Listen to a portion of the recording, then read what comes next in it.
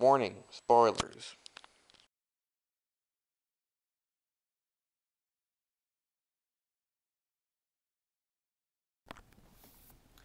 Alright, here's my review of Batman Begins. Now, this is going to be a short review, so let's begin. Now, Batman Begins was originally going to be a prequel for Batman, the Burton Schumacher films. And thank God someone from DC changed their mind and said, screw it, we're just going to give it a fresh, clean start. There's no remake. There's not gonna be another movie. We're not doing triumphant. Just screw it. We're just gonna give it a fresh, clean start. But much like other, remakes and reboots, they do bring in stuff they wanted to do for the sequel. Like for example, Scarecrow, who was gonna be in Triumphant, ends up in Begins, and kind of like in Spider-Man 4, the Lizard was going to be the villain along with the Vulture and Morbius, but in here they decided to just do the Lizard for the reboot. So I'm kind of happy they decided to just show those guys because they have to pay that off. The acting is very great. I love Christian Bale's Batman. It's before his voice is like very deep and you really can't understand it. And it's time to sound like you meditated. Yeah. So yeah, Christian Bale in here we can actually understand him a little bit more. Like I can understand him in The Dark Knight, but yeah, there's times where it just sounded ridiculous. But I'm not gonna talk about Dark Knight yet. Um, and as for crap, I forgot his name. Liam Neeson.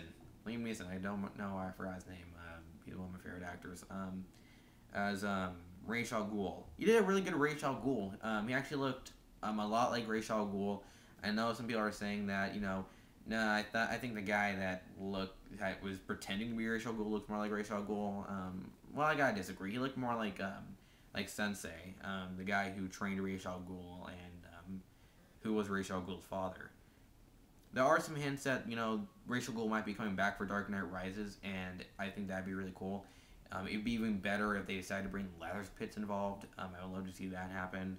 Um, Scarecrow himself was very good. There were a lot of creepy moments with him, and I think one of the best moments though was the one where he actually, you know, freaks out when he gets infected by the fear gas. Like he, well, not freak out. He's more like just trembling. Like he's kind of looks like he's enjoying it. Besides being afraid.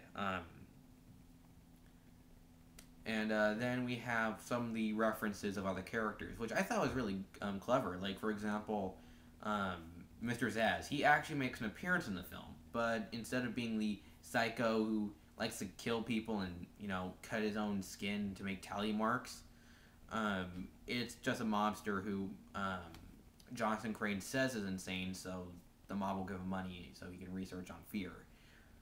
Unknowing to them that he actually uses it on their own men and eventually on their leader, Falcone. If you're a Batman fan, I say check this out.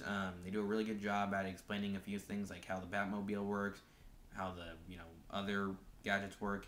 It's just a great film. If you're a Nolan fan, check it out. See you later.